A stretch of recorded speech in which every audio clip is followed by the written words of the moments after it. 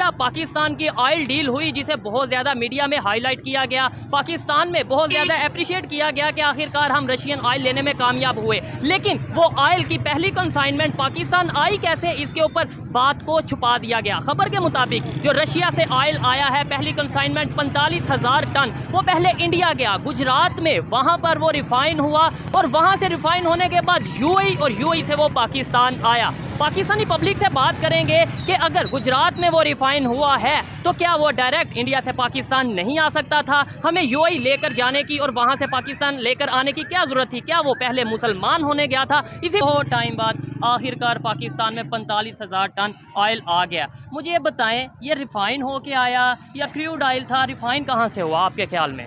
हमने तो सुना है कि क्रूड ऑयल है, यहाँ की रिफाइनरी में रिफाइन होगा पाकिस्तान में। और आपके मुताबिक? सेम है कि यहाँ पाकिस्तान की रिफाइनरी में रिफाइन होगा। लेकिन अगर मैं आपको बोलूँ कि वो जो ऑयल आया रशिया से, वो पहले इंडिया गया, इंडिया गुजरात में, खबर के मुताबिक यह है कि वहाँ से वो रिफाइनरी में रिफाइन हुआ और फिर यूएई से वो पाकिस्तान आया। कैसा लगेगा, क्या कहेंगे इसके ऊपर? बेहतर तो यही था कि डायरेक्टली पाकिस्तान में आता, ना कि इंडिया में जाके वहाँ से रिफ़ाइन होकर दोबारा पाकिस्तान में आता है। इससे पाकिस्तान की खारजा पॉलिसी का जो है वो आपको इम्पैक्ट नज़र आ रहा है कि हम कितने जो है ना वो इन्फ्लुएंस रखते हैं दूसरे कंट्रीज़ पे ऊपर। अच्छा, ये भी आपने बोला बेहतर था कि पाकिस्तान में रिफ़ाइन होता। नो डाउट, अगर रिफाइनरीज यहाँ पे उस लेवल की हों तो यहाँ पे ही होना चाहिए था। लेकिन सवाल ये बनता है, मेन क्वेश्चन ये बनता है कि लेट्स सपोज अगर वहाँ पे हुआ भी तो पब्लिक तक ये बात क्यों नहीं आई? और दूसरे नंबर पे रशिया ने इंडिया में ही क्यों भेजा ऑयल? अब इसके पीछे जो है आपकी लीडरशिप नज़र आती है कि वो कितनी जो है वो आवाम को किस हवाले से आगाह रखती है अपने जितने भी इनिशिएटिव्स हैं। तो अब ये मतलब वो इस तरह से भी नहीं कह सकते कि अगर हम इंडिया का नाम लेंगे तो हमारी जो है ना वो परफॉर्मेंस या वो एक तरह से जो है ना डिग्रेड नज़र आएगी। ठीक है, अस्सलाम वालेकुम। वालेकुम अस्सलाम। आपका नाम? शकील अहमद। शकील भाई, आपसे पहले भी एक दो बार शायद बात हो चुकी है। जी हो चुकी। ठीक है, टॉपिक आपने सुना ही होगा कि खबर के मुताबिक पहले ऑयल इंडिया गया, वहाँ की रिफाइनरी, गुजरात की रिफाइनरी से रिफाइन हुआ और फिर यूएई से पाकिस्तान आया। अगर ये खबर सच है तो क्या कहेंगे इसके ऊपर? मैं तो अप्रिशिएट करूंगा, बेहतरीन है भाई, उनके पास रिफाइनरी है, अच्छी रिफाइनरी है। तो वहाँ हमारे पास है ही नहीं, हम क्रूड ऑयल यहाँ ला करके सीधा इंपोर्ट करके हम उसका क्या करें? नहीं, अटक में वैसे रिफाइनरी है लेकिन शायद इस लेवल की नहीं है। बिल्कुल। ठीक है, इससे पीछे भी अगर थोड़ा सा आप नीचे उतरे ना मजीद, इसकी जो रिलेशनशिप डायनामिक्स हैं, खासतौर पे इंटरस्टेट डायनामिक्स जो रिलेशनशिप के, ठीक है, उसमें भी उतरे तो आपको नजर आएगा कि इसमें बुनियादी जो चीज़, हमारे पास रिफाइनरी है, नो डाउट, हो सकता है वो रिफाइन भी कर पाए, लेकिन इसके पीछे जो एक अलायंस है ना, आपको क्लोज अलायंस, दो रिलेशन, जो दो स्ट्रॉन्ग पावर्स के दरमियान जो अलायंस, रशिया के अलायंस, वो इंडिकेट करता है कि भाई आपका जो पावर में जो स्टेट्स होंगी, यानी जो फेस टू फेस या नेक टू नेक या शोल्डर टू शोल्डर निगोशिएशन में जाएंगी, वो उनकी पावर डिटरमिन करेगी कि उनके साथ रिलेशनशिप कैसा और कहाँ से चीज़ इंपोर्ट। अब हमें क्या ज़रूरत पड़ी कि भाई हम एक बार रशिया से आए इंडिया में से जाके यूएई से जाके फिर पाकिस्तान में आए, यानी उस पर जो आपका फ्रेट कॉस्ट है उसको देखें, वो तो डबल हो गई। हाँ, अच्छा, तो पाकिस्तान आपने बोला, मैं इसे अप्रिशिएट करता हूँ। मैं भी ये कहता हूँ कि नो डाउट बिजनेस होना चाहिए, पब्लिक को सहूलत मिलनी चाहिए, चाहे जिस कॉस्ट में भी मिले, पब्लिक को सहूलत मिलनी चाहिए। सवाल ये नहीं उठता इंडिया से क्यों आया, सवाल ये उठता है कि अगर इंडिया से रिफाइन हुआ है, अगर ऑयल रिफाइन हो के यूएई से पाकिस्तान आ सकता है तो सब्जियां क्यों नहीं आ सकती और डायरेक्ट क्यों नहीं आ सकती? ये मेडिसिन भी यहाँ से यानी इंडिया से पाकिस्तान आती है, वो भी दुबई के थ्रू, यूएई के थ्रू आती है। आपको इल्म है इस बात का? हाँ बिल्कुल, काफ़ी हद तक इल्म भी है। मेरा एक दोस्त भी है, वो भी यही काम करते हैं कि इंडिया से चीज़ लेते हैं, कोई भी उठाते हैं मैन्युफैक्चरर, जो लेट्स से आप किसी एक डोमेन की बात कर लें, मेडिसिन ज़्यादातर मेडिसिन की कर लें, आप पेट्रोकेमिकल्स की कर लें, वो यहाँ से जाता है यूएई, दुबई जाता है, वहाँ से वो उसकी रैपिंग चेंज होके दुबई वगैरह का लोगो लगता है और फिर पाकिस्तान, क्योंकि हमारे बैरियर्स हैं। नहीं तो क्या वो दुबई या यूएई या यो इस्लामिक स्टेट्स में जाते हैं, मुसलमान होके वापस आते हैं? जैसे टमाटर सुना था ईरान से पहले उधर जाते हैं फिर यहाँ आते हैं। क्या इसमें मतलब देखने में ये बात अजीब है, लेकिन इसमें वजह क्या नज़र आती है? पब्लिक से छुपाना आज के दौर में, सोशल मीडिया का दौर है, कि आज के दौर में ये चीज़ें छुप सकती हैं? नहीं, बिल्कुल छुप भी नहीं सकती और छुपाने की ज़रूरत भी नहीं है। और थोड़ी सी आगे, अगर थोड़ा सा इसी डिबेट से आगे बढ़ें तो हमें इस चीज़ का इदराक होना भी चाहिए और हमें ये चीज़ भी तस्लीम कर लेनी चाहिए कि भाई जो रियासतें या जो स्टेट्स कैपेबिलिटी रखती हैं उनके साथ हमें डायरेक्ट रिलेशनशिप में जाना चाहिए। डायरेक्ट इंटर स्टेट जो जिसको हम ट्रेडिंग कहते हैं उसको रुझान हमें देना चाहिए, उसको सपोर्ट करना चाहिए। इंडिया के साथ हमारा डायरेक्ट रिलेशनशिप होना चाहिए। यार आपके साथ बैठी है, आप यहाँ से उठते हैं, आप चले जाते हैं, अमेरिका चले जाते हैं भाई। अब अमेरिका को आप नाराज़ नहीं कर सकते, तो इंडिया में आया, इंडिया से होकर के यूएई से होकर के पाकिस्तान में पहुंच गया। ठीक है, यानी हमें अगर नॉन मुस्लिम वगैरह की बात करें, ये चीज़ों की बात करें, जबकि ह्यूमैनिटी की बात करनी चाहिए हमेशा, लेकिन अमेरिका भी तो नॉन मुस्लिम है, हम उससे नाराज़ जो है वो नहीं होना चाहते, उसकी नाराज़गी पसंद नहीं है, लेकिन इंडिया का हम फटाफट ये कह देते हैं उनसे रिलेशन नहीं, ना इम्पॉसिबल। इंडिया हमें डॉलर नहीं ना दे सकता, हमें अमेरिका डॉलर देता है, ठीक है। इंडिया हमें डॉलर नहीं दे सकता। ये देखने की बात है, मेरी नज़र से अगर देखा जाए इंडिया डॉलर नहीं दे सकता, इंडिया सस्ती सब्जी दे सकता है। इंडिया बिल्कुल, हमें बहुत सी बिल्कुल। ऐसी ऑटोमोबाइल इंडस्ट्री का अगर बात करें, वो जितनी तेजी से ग्रो कर रहे हैं, हम यहाँ पे ऑटोमोबाइल इंडस्ट्री, मोबाइल के हवाले से बात करें, आईटी के हवाले से, मसालों के, मैं कहता हूँ जो कुछ वो दे सकते हैं शायद वो यूएस नहीं दे सकता। ये मेरी पर्सनल यार ओपिनियन है। आप इस पे जाएं कि जो फ्रेट कॉस्ट है, मैं उस पे बात कर लेता हूँ थोड़ी सी, कि आप अगर अमेरिका से कोई चीज़ लेके आ रहे हैं, वो उतने की चीज़ नहीं जितनी फ्रेट पड़ रही है उसकी। बिल्कुल ऐसे ही है। आप वही सेम चीज़ यहाँ से साथ ही अपने आपकी बॉर्डर लगता है, यहाँ से उठाएं, आपकी वही जहाँ पे आप डबल में ले रहे हैं, कट ऑफ लगा के आपको आधी में मिल रही है, तो आप यहाँ से लें, बिल्कुल यहाँ से लेनी भी चाहिए, जहाँ से भी सहूलत मिले। अच्छा, शेल की अगर बात करें, पेट्रोल के हवाले से, वो पाकिस्तान से अपना शट डाउन कर रहे हैं, अपना बिजनेस खत्म कर रहे हैं, क्या वजह है इसकी? वैसे तो अगर बिज़नेस के पैराडाइम से देखा जाए, उस नज़र से देखा जाए, तो उनका बिज़नेस की कोई परफॉर्मेंस इतनी खास नहीं है शेल की, या उनका रिस्पांस अच्छा नहीं है। ठीक है, तो इस हवाले से मार्केट का थोड़ा ट्रेंड चेंज हो गया लोगों ने। इसकी क्या वजह होगी कि शेल यानी पाकिस्तान दुनिया का आबादी के लिहाज से ऑलमोस्ट छठा, पांचवा छठा बड़ा कंट्री, और यहाँ पे परफॉर्मेंस नहीं दे पा रहा शेल, ऐसे तो हाँ नहीं, वो एक्चुअली ये है ना कि जो कंज्यूमर होता है ना, कंज्यूमर पे डिपेंड करता है, ये किसी रियासत या स्टेट का इसमें कोई अमल दखल नहीं है। ठीक है, ये प्योरली बिजनेस पैराडाइम को सामने रखते अगर मैं बात करूं, तो वो यही है कि अगर किसी बिजनेस में रिस्पांस ना हो तो रैप अप करें और चलते बने। एग्री करता हूँ इस बात से, बिजनेस में रिस्पांस ना हो तो वहाँ से वाइंड अप कर लेना चाहिए। लेकिन सवाल मेरा ये है, क्यों मतलब इतने साल काम करता रहा और इतनी बड़ी आबादी है, फिर भी यहाँ से वो क्यों, क्या कहीं ये सवाल तो नहीं उठता कि पॉलिसी से वो एग्री नहीं कर पाते? यार पॉलिसी की जैसे ही आप बात करेंगे, तो यहाँ पे हमारी वो जो टैक्स की पॉलिसीज़ हैं वो कोई इतनी, ठीक है, कमीशंस कह लें आप, टैक्स की हमारी को पॉलिसीज़ जो हैं वो कोई इतनी ख़ास नहीं है कि जो लोग बाहर से आएँ और यहाँ पे काम करना शुरू करें। आप लोगों को बाहर जाते हो, बाहर जाके लोगों को कहते हो कि यार आओ पाकिस्तान में सरमायाकारी करो, अपना कैपिटल इन्वेस्ट करो पाकिस्तान में। आपके अपने लोग जो हैं वो यहाँ पे इन्वेस्ट नहीं करते, वो दुबई में, वो वहाँ जाके टैक्स एवेडर्स बनने के लिए वो वहाँ पे जाके इन्वेस्ट कर रहे हैं। दुबई में बड़ी इन्वेस्टमेंट हो रही है। हाँ, तो जो फील्ड होती है ना, फील्ड किसी भी साजगार माहौल प्रोवाइड किया जाता है, काम करना हो, कोई किसी इंडस्ट्री को आपने परवान चढ़ाना हो, तो साजगार माहौल पहले वहाँ पे आप पैदा करें ताकि वो इंडस्ट्री ग्रो कर सके। अच्छा, मुझे ये बताएं मेरे भाई, हमारी थिंकिंग क्यों नहीं बदल पा रही है? अभी ये थिंकिंग, इनकी बुक देख के मुझे याद आया, इन्होंने बुक पकड़ी है the magic of thinking big. ठीक है, क्या इस बुक में क्या है, पहले तो मुझे ये बताएं, क्या आपने इसमें पढ़ा, क्या मैजिक है बिग थिंकिंग का?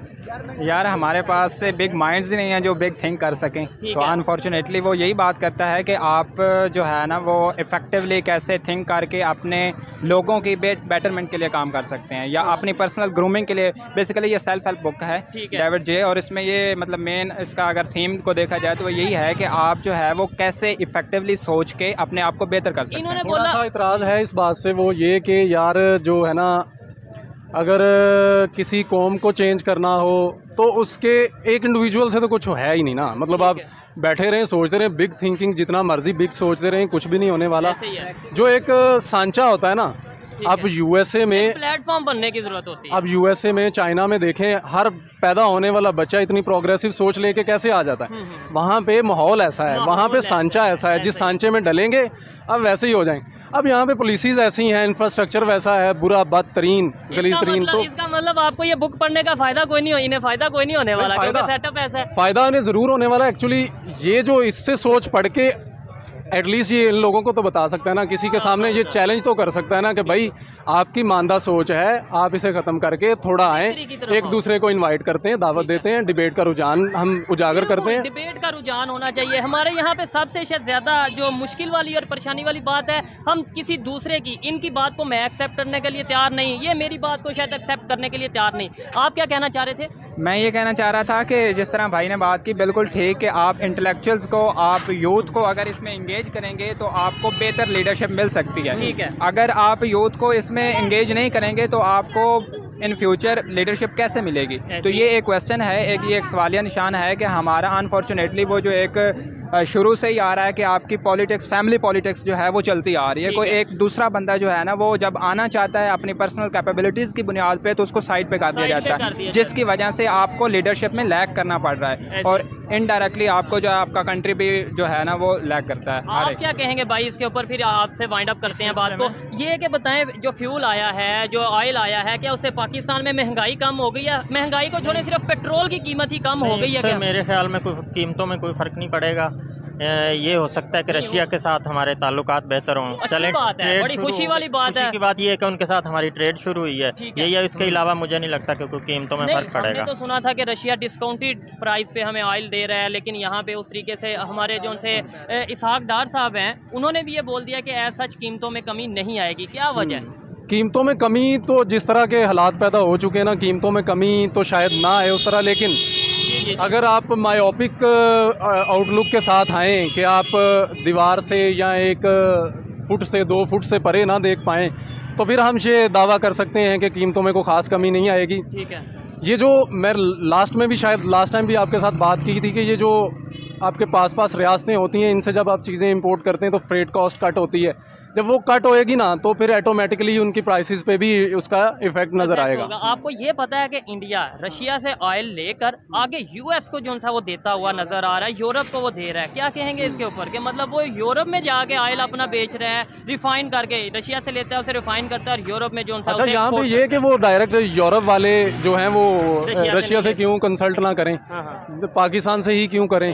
पाकिस्तान तो बजाते खुद दूसरे पे हाईली डिपेंडेंट है, उस लिहाज से फ्यूल एंड एनर्जी के लिहाज से तो हम हमेशा से ही डिपेंडेंट रहे हैं, तो वो डायरेक्ट क्यों नहीं परचेज़ करेगा? हाँ, डायरेक्ट इसलिए नहीं ना परचेज करेगा कि रशिया पे जो सैंक्शंस हैं वो भी कहाँ से लगी, ये भी आपको पता है। ये जो रशिया यूक्रेन की वार चल रही है उसके अंदर जो मेन कह लें जो लोग हैं या जो मेन एलिमेंट हैं वो भी कहाँ पे हैं, ये भी आपको पता है, इसलिए वो डायरेक्ट नहीं ले पाएगा। हाँ, लेकिन ऐसी सिचुएशन में अगर कोई कंट्री फ़ायदा उठा रहा है, अगर रिलेशन कोई यूरोप में भी बेहतर रख रहा है, रशिया के साथ भी बेहतर रख रहा है, तो शायद वो इंडिया ही नज़र आ रहा है। ऐसी पॉलिसीज़ हम क्यों नहीं बनाते? मतलब हर एक के साथ बेहतर रिलेशन रखो, अपने पाकिस्तान के लिए, अपने कंट्री के लिए। यार आपके पास कोई पावर हो ना, मतलब इंटेलेक्चुअल पावर हो, पॉलिटिकल पावर हो, वो पावर्स मौजूद हो ना आपके पास, तो फिर आप दूसरे के साथ इक्वल टर्म्स पे जा सकते हैं। आप उसके लेवल के ही नहीं है भाई, आप इक्वल टर्म्स पे कैसे जाएंगे? वो जैसे कहेंगे, जैसे यूएस की बात कर लें, चाइना की बात कर लें, यूरोप की बात कर लें, आप एक इकोनॉमिक इंडिकेटर्स पे वहाँ उतरते नहीं हैं, आप पॉलिटिकल अपनी सिग्निफिकेंस पे वहाँ उतरते नहीं हैं, तो वो आपसे इक्वल टर्म्स पे कैसे बात करें? तो पाकिस्तान इसलिए हर किसी के साथ एक तरह की पॉलिसी बना के नहीं चल पाता कि हमारी इक्वल टर्म्स नहीं है, हमारे पास वो पावर्स नहीं है। ठीक है, आप क्या कहना चाह रहे हैं? यहाँ पे मैं कोट करना चाहूँगा कि एक इकोनॉमिस्ट हैं डेविड रिकार्डो, तो वो ये बात करते हैं कि आप जो है ना हमारे जो कंट्रीज़ हैं ना बेसिकली वो 2 कैटेगरीज़ में डिवाइडेड हैं। एक आपकी कोर कंट्रीज़ हैं और दूसरा पेरीफ्री। वो कहता है कि जो कोर कंट्रीज़ हैं ना वो उनके पास इंफ्रास्ट्रक्चर्स है कि वो कोई भी प्रोडक्ट, कोई भी जो आपका रिसोर्सेज हैं वो आपको रिफ़ाइन करके आपको जो है वो प्रोडक्ट्स बना के देते हैं।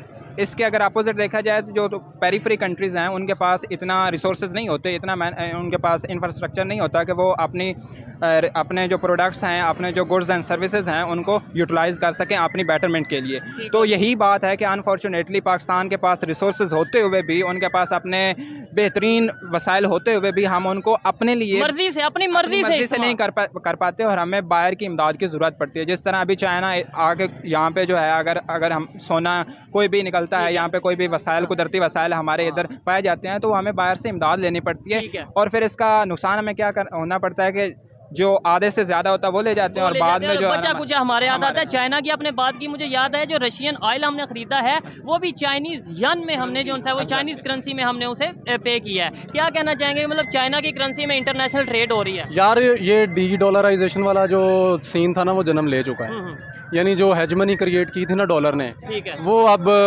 पस्त होता नज़र आ रहा है। ठीक हो गया। तो वो होना भी चाहिए डेफिनेटली कि आप एक करेंसी की बेस, पेपर करेंसी की बेस पे आप बैठे बिठाए इतना रिटर्न कमा रहे हैं। ऐसे ही है। तो ये बिल्कुल रुझान, मैं तो इवन यूनिवर्सल करेंसी के कॉन्सेप्ट में भी हूँ कि भाई एक, जैसे लास्ट टाइम महातीर मोहम्मद ने बात की थी को आज से 2-3 साल पहले, उसने कहा था कि ये जो रीजन के लोग हैं ये यूनिवर्सल करेंसी पे चलें, एक करेंसी हो उसमें कोई इन्फ्लेशन, करेंसी की बेस पे इन्फ्लेशन ना हो। जैसे यूरोप में आपस में शायद ट्रेड हो आप देखें ये ब्रेग्जिट से तो अभी निकल रहा है ना, ये ब्रिटिश से पहले इनकी जिसे यूरो कह लें, यूरो तकरीबन 23 से 24 मुल्कों में आज भी यूरो चलता है। ऐसे ही है। तो यूनिवर्सल इंडिया की करेंसी अभी 18 to 19 कंट्रीज में इंटरनेशनल ट्रेड के लिए यूज हो रही है। यार बिल्कुल, मैं तो इसी हक में हूँ कि आपका जो एक ब्लॉक है ना, ब्लॉक बेस्ड कौमें या ब्लॉक एक पूरा ब्लॉक जो है ना वो इमर्ज होता है, वो निकलता है। ठीक है। आप ऐसी सिचुएशन में पूरे रीजन तरक्की आप करेंगे। यूरोप की मिसाल ले लें कि वो वहाँ पे जो 25-26 ममालिक हैं, वो एक पूरा रीजन है, ऐसे ही है। वो कैसे उभरा, वो कहाँ से निकला, उसकी आप तारीख में डार्क एजेस में जाएं तो आप हैरान हो जाएंगे, वो पाकिस्तान से बदतर हालात में मौजूद रहे हैं। या वर्ल्ड वार हो चुकी है उनके दरमियान, ठीक है, तो इतने लाखों की तादाद में शायद लोग मरे हैं उनके। आज हाँ, जो आज इंसानियत का दरस देते हैं ना, तो वो कल इंसानी अलमनाक वाक़यात वहाँ पे ही होते हो थे। चुके हैं। हाँ, तो ये जो चीज़ें होती हैं ना, रीजन, मैं एक्चुअली किसी खास टेरिटरी या किसी खास रियासत को ऐसे ही लेता हूँ जैसे वो एक इंडिविजुअल है। जब वो किसी दूसरे से जुड़ेगी नहीं तो वो पूरा रीजन इमर्ज नहीं होगा। तो पूरा रीजन को इमर्ज होने के लिए आपको अपने इर्द गिर्द के लोगों से आपका मसाफा करना पड़ेगा, आपको खलीज पार जाके मसाफा नहीं करना। जैसे एक स्टेटमेंट दी जाती है, वन वर्ल्ड वन फैमिली, यानी पूरी दुनिया के लोग एक फैमिली की तरह एक दूसरे को फ़ायदा दिया जाए। मुझे लास्ट में ये बताएं, बहुत सी बातें हमने की, आपने अक्सर जगह पे मतलब पॉलिसीज़ को लेके पाकिस्तान को क्रिटिसाइज़ किया, आपने ये बोला कि अगर ये इंडिया से आया है तो ये इसे मैं अप्रिशिएट करता हूँ। क्या आप एजेंट हैं? मैं मतलब इंडिया की चेंज का एजेंट नहीं, मैं चेंज का एजेंट हूँ, मैं प्रोग्रेसिव सोच का एजेंट हूँ, मैं डेवलपमेंट का एजेंट हूँ। अगर ये होना गलत है तो मैं हूँ भाई। जबरदस्त। देखिए जी, अब ये लोगों की सोच बदल रही है। अदरवाइज अभी से कुछ टाइम पहले की बात की जाए, सिर्फ नाम ले लिया जाए अपने नेबर कंट्री का तो उसी से डायरेक्ट माइंड में ये आता था कि शायद ये एजेंट है। लेकिन ऐसे लोग पाकिस्तान में मौजूद होंगे तो डेफिनेटली चेंज जरूर आएगा, चाहे टाइम लगेगा। बहुत शुक्रिया जी, अच्छा लगा आपसे बात। थैंक यू, शुक्रिया। अस्सलाम वालेकुम, आप में से कोई बात करेंगे? अस्सलाम वालेकुम। वालेकुम अस्सलाम। आपका नाम? मुजफ्फर। आपका नाम? मोहम्मद यासीन। क्या करते हैं सर आप? हम जॉब करते हैं। जॉब करते हैं, ठीक है। जिस टॉपिक पे वीडियो रिकॉर्ड कर रहे हैं वो टॉपिक ये है, रशिया से ऑयल आया है पाकिस्तान में। सबसे पहले सवाल ये है कि क्या उसका कोई फ़ायदा हुआ, कीमतें कम हुई, पाकिस्तान में ऑयल की कीमतें कम हुई? हाँ बिल्कुल, ये कुछ टाइम लगेगा लेकिन ये कम हो जाएंगी। ठीक है। अच्छा, रशिया से आया है ऑयल 45,000 टन, ठीक है। पाकिस्तान में क्या क्रूड ऑयल को जो रिफ़ाइन करने की मशीनरी मौजूद है? आपके ख्याल से ये रिफ़ाइन हो के आया या ऑलरेडी पहले से ही रिफ़ाइन था? मेरे ख्याल में तो ये क्रूड ऑयल आया, यहाँ रिफाइनरी में जाएगा और फिर उसको रिफाइन करके करेंगे। ठीक है। और अगर मैं आपको कहूँ कि ये जो क्रूड ऑयल आया ये इंडिया गया गुजरात में, वहाँ से ये रिफ़ाइन हुआ और फिर यूएई के थ्रू पाकिस्तान आया, तो आप क्या कहेंगे? तो हमें तो भाई ये चाहिए कि सस्ता तेल चाहिए, चाहे इसराइल से आए चाहे इंडिया से, हमें इसमें क्या गर्द लेना देना। वो कहीं और भी जा सकता है कि इंडिया हमारे तेल पे ही बैठा हुआ है। बिल्कुल, ये बात मैं इस पॉइंट से एग्री करता हूँ भाई, अवाम की सहूलत होनी चाहिए, पब्लिक की सहूलत। लेकिन सवाल ये उठता है कि जो हमने यूएई मतलब इंडिया से रिफाइन हुआ और फिर यूएई गया, ठीक हो गया, फिर वापस आया, तो ये डायरेक्ट क्यों नहीं पाकिस्तान आ गया? जो इतना एक वाया हुआ है उसका, उसके ऊपर एक्सपेंस भी हुए होंगे वो जो सारे हैं, क्या वो वहाँ यूएई मुसलमान होने गया, वहाँ से वापस आया? लेकिन फिर भी लेकिन बिल्कुल आप गलत। मैं बताता हूँ, ये मेरे भाई आप इसको स्टडी करें। सबसे पहले ये डायरेक्ट वेसल जो है ना रशिया से ये पाकिस्तान आया है, ये कहीं नहीं रुका। मैं आपको अगर रुका भी होगा तो जाहिर सी बात है कि गवर्नमेंट लेवल पे उन्होंने कुछ चेंजिंग करनी होगी, उसको टेस्ट करना होगा, तो बेहतरी के लिए किया होगा। आप क्या कहना चाहते हैं? ये कह ही नहीं रहा, मैं तो ये मैंने ये बोला कि ये खराबी के लिए बेहतर ही है।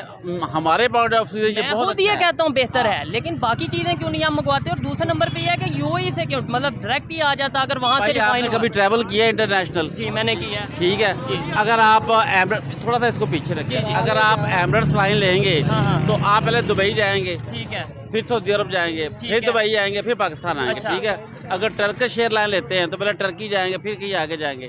इनके भी रूट्स होते हैं। अच्छा अच्छा, हाँ जी। मतलब अगर इंडिया साइड गुजरात से ये ऑयल जो सा रिफाइन हुआ ये ये तो आप रूट कह रहे हैं, होगा। अब इसको नहीं study मैं करना पड़ेगा। study ये ऐसे प्रोपोगंडा इस्तेमाल कर रहे हैं जबकि ये पाकिस्तान के लिए बेहतर है। चलो सस्ता अच्छा, मैंने ये कब बोला है कि ये नहीं अच्छा? मैं तो कहता हूँ इस घुमा तरह का फिर मजीद। आके फिर वही बात कर रहे हैं कि इंडिया से आया। भाई इंडिया से आया, इंडिया में कुछ चीज़ों उसने नापाक हो गया पेट्रोल। तो मैंने ये बात की है कि भाई वहाँ से नहीं आना चाहिए। मैं तो कहता हूँ सब्जियां भी वहाँ से हैं, मैं तो कहता हूँ दालें भी वहाँ से हैं, जो जो चीज़ हम ले सकते हैं। मेरा सवाल ये है कि हमने ये गवर्नमेंट पब्लिक को क्यों नहीं चीज़ बताई? अगर ऐसा हुआ है तो पब्लिक को क्यों नहीं बताया? अगर ये रिफाइन वहाँ से हुआ है, पाकिस्तान में ये रिफाइन नहीं हुआ, नहीं, कहाँ रिफाइन हुआ है? ये इंडिया में गुजरात में। तो इधर इनके पास मशीनरी नहीं होगी, ठीक उधर हो हो गया। जाएगा। तो अच्छी बात है, अटक रिफाइनरी वैसे है, लेकिन मेरा ये सवाल नहीं, आप मेरे सवाल को गलत समझे कि भाई इंडिया से क्यों है। मैं तो कहता हूँ आए, जो चीज़ पब्लिक के फ़ायदे के लिए वो हो, चाहे वो फ्यूल है, चाहे टमाटर है, हो। लेकिन मैं ये कह रहा हूँ बाकी चीज़ें बंद की। और दूसरे नंबर पे बड़ा इशू ये है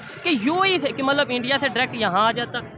मेरा सिर्फ सवाल ये है, मैं हमने ये इंडिया से थोड़ी लिया, हमने तो रशिया से लिया है। ठीक हो गया। हाँ, चाहे वो इंडिया से रिफाइन हो या जहाँ से भी हो, इशू नहीं है। जाहिर सी बात है, अगर रिफाइनरी इधर वो कैपेसिटी नहीं है तो उधर से हो जाएगा। ठीक हो गया। क्या समझते हैं इससे भी बेहतरी होगी जो ऑयल आया है? आपके ऑफकोर्स बेहतरी होगी, ऑफकोर्स बेहतरी चलें, होगी। बहुत शुक्रिया। आइए मजीद किसी से बात करते हैं। अस्सलाम वालेकुम। वालेकुम सलाम। आपका नाम? मेरा नाम हसन है। क्या करते हैं आप? मेरा गारमेंट्स का काम है। गारमेंट्स का काम है। ये बताएं कि गारमेंट्स की अगर बात की जाए, बिजनेस इस टाइम पाकिस्तान में गारमेंट्स का बिजनेस कैसा चल रहा है? बिल्कुल ज़ीरो। क्या वजह है उसकी? सब महंगाई, लोगों के पास रोटी खाने के लिए पैसा नहीं है। बेचारे सूट कहाँ से लेंगे? वो इतने महंगे मंगाए, कपड़ा महंगा, बहुत चीज़ें महंगी हो गई हैं। इंसान के पहुँच से बहुत ऊपर चीज़ें चली गई हैं। ठीक है। तो इंसान अफोर्ड नहीं कर पा रहा। आपके ख्याल से इसकी वजह क्या है? मतलब महंगाई वजह है, महंगाई। और महंगाई करने वाले कौन हैं? सर जी, मैं तो नाम उनका ले नहीं सकता मैं, ठीक है ना।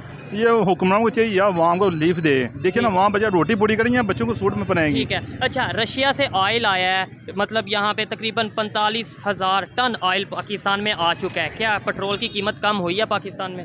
अभी हमें कुछ दूर दूर तक नज़र नहीं हमें आ रहा, अभी ना ये कम होगी। कितने रुपए लीटर आप पेट्रोल डलवा रहे हैं? ये 260 रुपये लीटर में डलवा रहा हूँ मैं। ठीक है।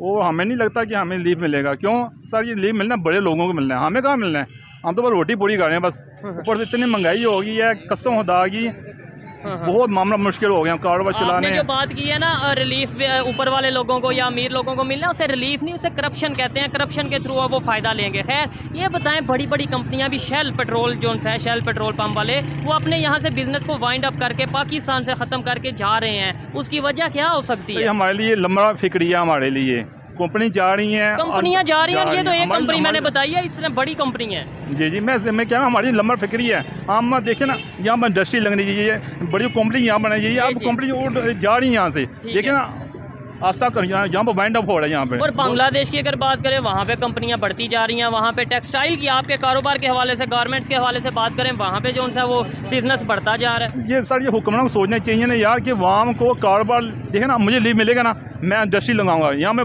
मजीद आपका कारोबार वसी करूँगा मैं। ठीक है। मुझे लीव ही नहीं मिलता, मुझे टैक्स आप मैं यहाँ इतना से दे wind up कर दिएंगे रहा हूँ। सर? मैं सोच रहा हूँ, मैं अपना सिस्टम सोच मैं वाइंड अप करूँ, मैं बाहर चला जाऊँ। अच्छा। मैं कोशिश भी मैं कर रहा हूँ मैं। अच्छा, यानी ये मोस्टली बहुत